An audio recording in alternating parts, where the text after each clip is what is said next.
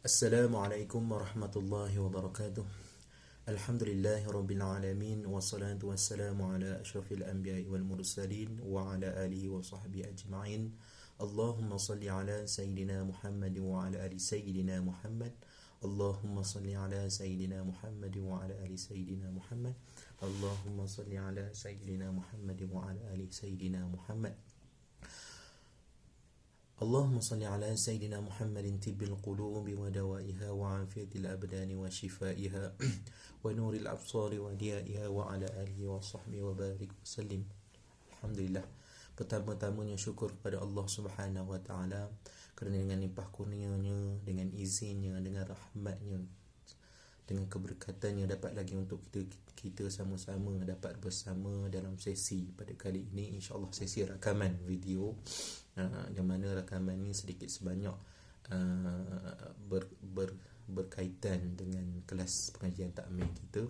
Jadi insya-Allah tuan-tuan muslimin yang dirahmati Allah sekalian, jadi pada pagi Jumaat yang indah ini, insya-Allah saya akan berdiskusi berkaitan dengan akhlak seorang muslim. Lagu kitab ni akhlak seorang muslim berkaitan dengan bab yang ke-9, yang ke-8, iaitu menunai janji. Menunaikan janji, bab menunaikan janji.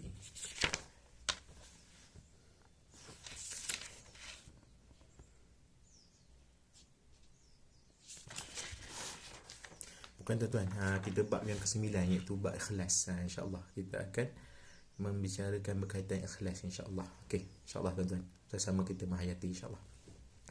Dorongan yang membuat manusia suka bekerja berbeza-beza. Ada yang suka berusaha memperbaiki mutu pekerjaannya tanpa menghiraukan penat lelah.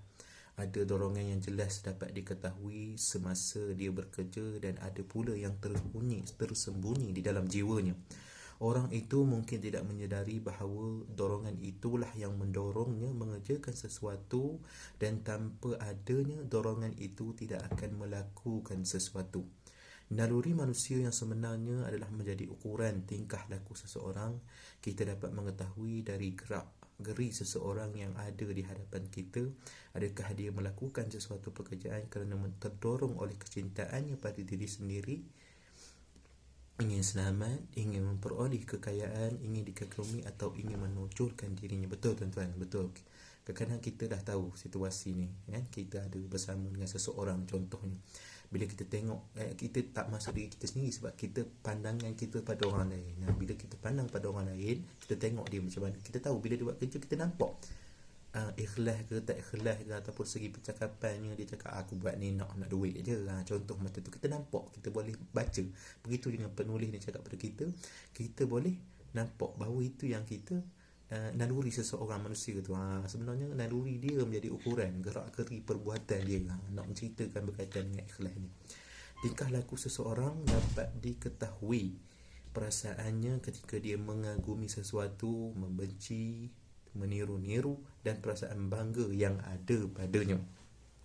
Menurut Islam, nilai sesuatu pekerjaan bergantung kepada watak pendorong yang membuat orang itu ingin mengerjakan sesuatu. Kadang-kadang ada orang yang memberikan hadiah kepada orang lain kerana dia ingin menanam budi atau hendak menarik simpati kepadanya. Ada juga yang memberi hadiah kerana dia ingin membalas budi yang pernah diterimanya dari orang lain. Islam tidak menganggap pemberian itu sebagai sedekah apabila dirinya mempunyai sifat-sifat buruk atau sesuatu itu dilakukan tidak kerana Allah, sebagaimana firman Allah Subhanahu Wa Taala, innama nut'imukum liwajhillahi la nuridu minkum jazaa'an wala syukura, yang bermaksud sambil berkata dengan lidah atau dengan hati, sesungguhnya kami memberi makan kepada kamu kerana Allah Subhanahu Wa Taala semata-mata. Kami tidak kehendakkan sebarang balasan dari kamu atau ucapan terima kasih. Jadi betul tuan-tuan. Jadi betul. Kadang-kadang kita di akhir zaman ni, umat Islam ni khususnya, kita lah di komuniti kita, dalam kalangan kita, kadang-kadang kita dapat nampak seseorang tu kalau dia beri sesuatu hadiah, betul, dia beri sesuatu hadiah, ada sebab, mungkin ada sebab tertentu dia beri hadiah. Contoh dia beri apa, dia beri buah-buahan kan.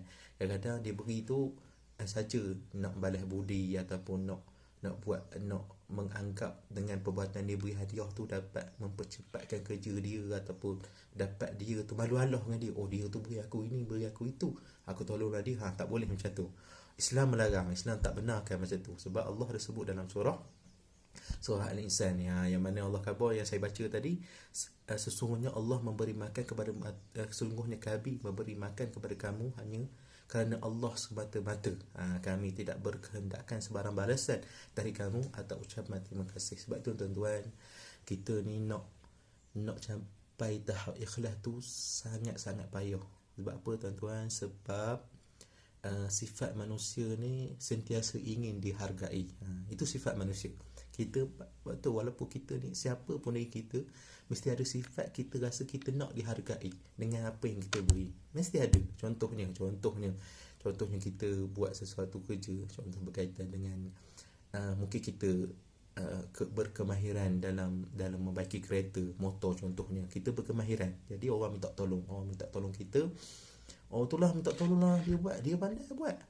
Dia pun rasa bangga sebab dia kawan tu menghargai dia. Itu sifat memang ada. Sebab itu tuan-tuan, kita nak capai tahap ikhlas tu sangat-sangat payah. Tapi kita kena cuba, try and error. Kena sentiasa cuba.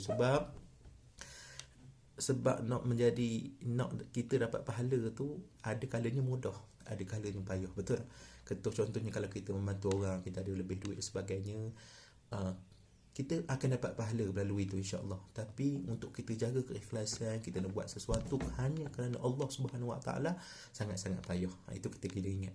Itu kita kena sangat-sangat ingat. Sebab Allah Subhanahu Wa Taala selalu menguji kita. Sebab bukan senang tuan-tuan, bukan senang kita ni nak buat sesuatu dengan kadar keikhlasan yang sangat tinggi. Bukan senang, sangat-sangat payah. Payahlah bagi orang yang macam kita ni, orang yang tak alim, orang yang sentiasa nak belajar ni, manusia biasa ni payah. Berbeza dengan para sahabat, para tabi'in, salafus soleh, itu memang orang yang sangat-sangat handal, mungkin dapat tarbiyah.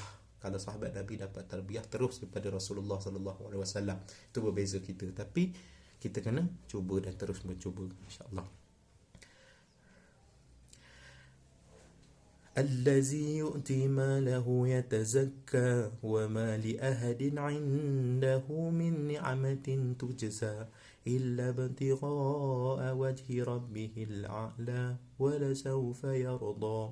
Yang mendermakan hartanya dengan tujuan membersihkan dirinya dan harta bendanya, sedang dia tidak menanggung budi sesiapa pun, yang patut dibalas hanyalah mengharapkan keredaan Tuhan yang Maha Tinggi, dan demi sesungguhnya dia tetap akan berpuas hati pada hari akhirat dengan mendapat segala yang diharapkan. Jadi tuan-tuan, Allah pesan sekali lagi pada kita, Allah sebut macam ni, mana dia mendermakan harta benda dia, tujuan untuk membersihkan diri, harta dan jiwa dia.